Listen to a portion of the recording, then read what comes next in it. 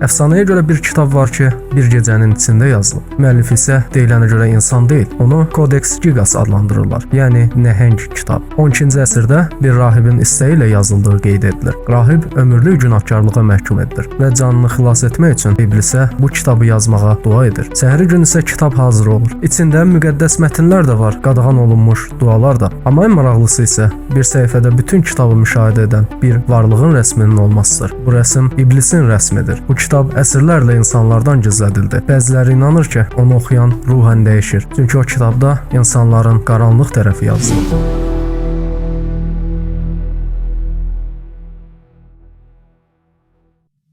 Əziz izləyicilər, mövzuları araşdırmaq, mətnləri yazmaq, montajlamaq kimi işləri tək elədiyim üçün bu həqiqətən də uzun müddət vaxtımı alır. Amma bəyəni və abunə sayını gördükdə motivasiyam yenidən yerinə gəlir. Bunun üçün dəstək olmaq istəyirsinizsə, videonu bəyənib kanala abunə ola bilərsiniz.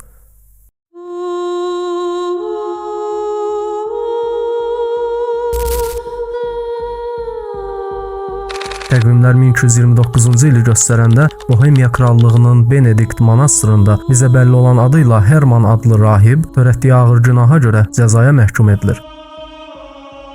Onun üstünə sağ ikən divar hörülüb əbədi həbsə məhkum ediləcəkdi. Herman adlı rahib bu səbəbdən günümüzdə təcrid edilmiş rahib kimi xatırlanır. Məhkum edildikdən sonra Tanrının mərhəmətini qazanmaq üçün bir gecədə dünyanın ən böyük kitabını yazacağına and içir. Amma bu qədər böyük bir kitabı bir gecədə yazmaq insan gücü ilə mümkün değildi. Bu fikirlərini baş rahibə və digər rahiblərə deyir və baş rahibi ona bir qələm və üzərinə yazmaq üçün heyvan dəriləri verir. Beləliklə Herman kitabı yazmağa başlayır. Gecənin ortalarına çatdıqda günahkar rahib kitabı yazıb qurtara bilməyəcəyini anlayır və qərara gəlir ki, iblislə razılaşsın. Beləliklə ruhunu iblisə satıb bunun qarşılığında da ondan kitabı yazıb tamamlamağını istəyəcək. Belə də olur, o iblislə razılaşaraq öz ruhunu ona satır. Kitabda isə ona hörmət əlaməti olaraq bir səhifədə nəhəng iblis şəkli çəkir. Bu səbəbdən də kitab Codex Gigasla yanaşı iblisin İncili olaraq da adlanır. Maraqlısı budur ki, kitabın həqiqətən də bir nəfər tərəfindən yazılması paleoqrafik analizlər vasitəsilə sübut olunub. Tədqiqlər zamanı bəlli olub ki, kitabın yazılma müddəti də uzun olmamışdır. Amma kitabın səhifə sayına və ölçüsünə nəzər saldıqda onun yazılmasının həmin dövrün şərtləri ilə ən azı 20 il çəkəcəyini düşünmək olar. Kitabın içindəki mətnlər Tanrıya ithaf edilən dualara bənzəsə də, rəsm edilmiş iblis heç də bunu göstərmir.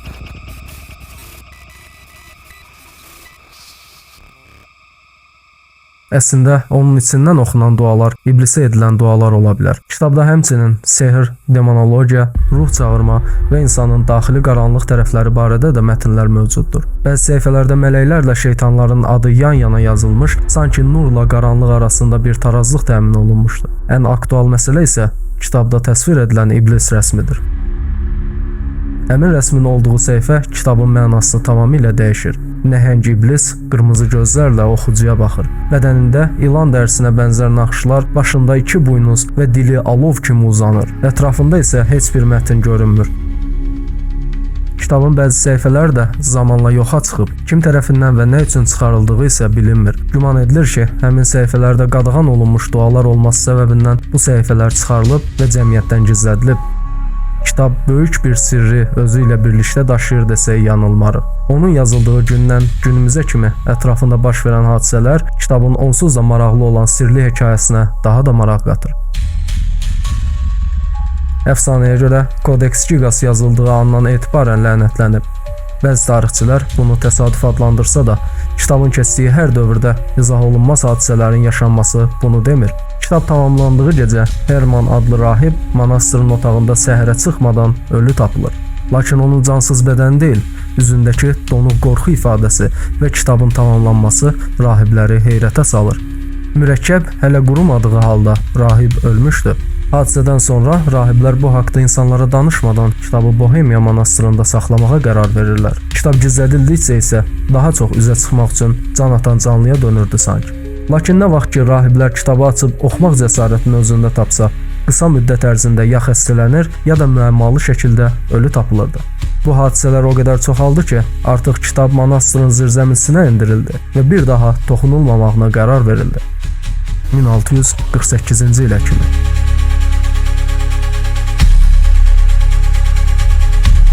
1648-ci ildə Müqəddəs Roma və İsveç müharibəsi zamanı kitab ələ keçirilərək Stokholma aparıldı. Aparılarkən yolda qəribə bir hadisə baş verdi. Arabalardan biri öz-özünə yanmağa başladı. Əsgərlərin deməsinə görə alovun içində bir insan kölgəsi görünürdü. Sanki nəsə yanğınla birlikdə kitabı geri istəyirdi.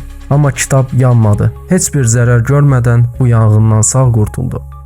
Bu yanğın ilk olsa da sonuncu olmadı. İsveçə gətirildikdən sonra isə kitab Kral Sarayında nümayiş etdirilirdi. Amma 1697-ci ildə sarayda baş verən böyük yanğın zamanı bütün zal külə döndü. Yalnız Codex Gigas yanmadı. İnsanlar bu yanğınların və yanğından sağ qurtulma hadisələrinin heç də təsadüfi olmadığına inanmağa başladılar. Kitabın həqiqətən bir güc tərəfindən qorunduğunu artıq qəbul etdilər.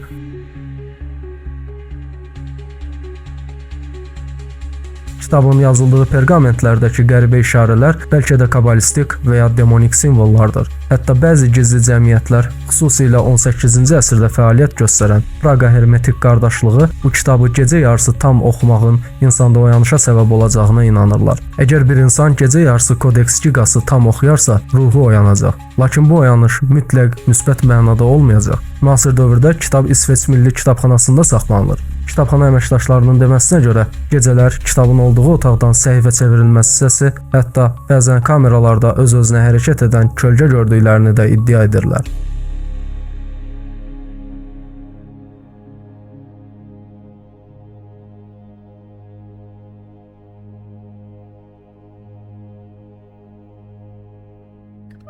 İndi isə reallığa baxaq.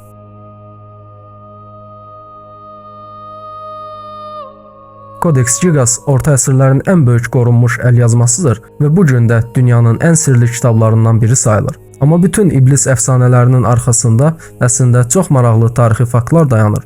Tarixi araşdırmalara görə kitab 13-cü əsrin əvvəllərində, yəni təxminən 1229-cu ildə Bohemiya krallığındakı Benedikt monastırında yazılıb. Yazısı rəsmi sənədlərdə Hermanus Monachus Inclusus, yəni təcrid edilmiş rahib Herman kimi qeyd olunub. Bu adın günahkar rahib Herman əfsanəsinin formalaşmasında əsas rol oynadığı düşünülür. Kitabın həqiqətən də tək bir insanın əl yazısı ilə yazıldığı sübut edilib. Müasir paleografiya analizləri göstərir ki, bütün mətnlər, illüstrasiyalar və bəzəklər eyni adamın əli ilə yazılıb. Hesablamalara görə bir nəfərin bu kitabı yazması üçün ən azı 20-30 il fasiləsiz iş tələb olunur. Kitab 92 sm hündürlükdə, 50 sm enində və təxminən 75 kiloqram ağırlığındadır. Onun hazırlanması üçün təxminən 160 heyvan dərisindən perqament düzəldilib. Məzmun baxımından bu kitab ensiklopedik xarakter də daşıyır. İçində Bibliyanın tam mətni ilə yanaşı Iosif Flavius'un Yahudi tarixi, Isidor Sevillinin etimologiyaları, tibbi, astronomik, eksorsizm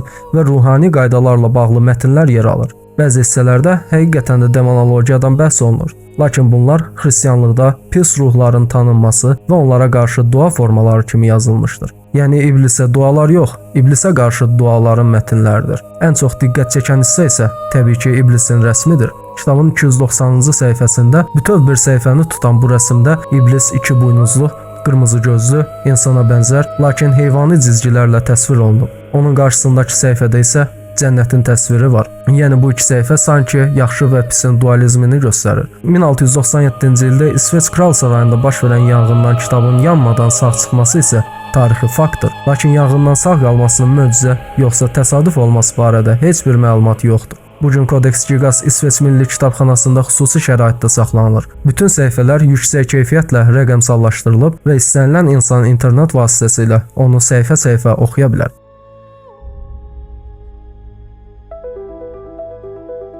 Tədqiqatçılar hesab edir ki, kitabın ətrafında yaranan bütün miflər onun ölçüsünə, iblis təsvirinə və yazı miqyasına görədir.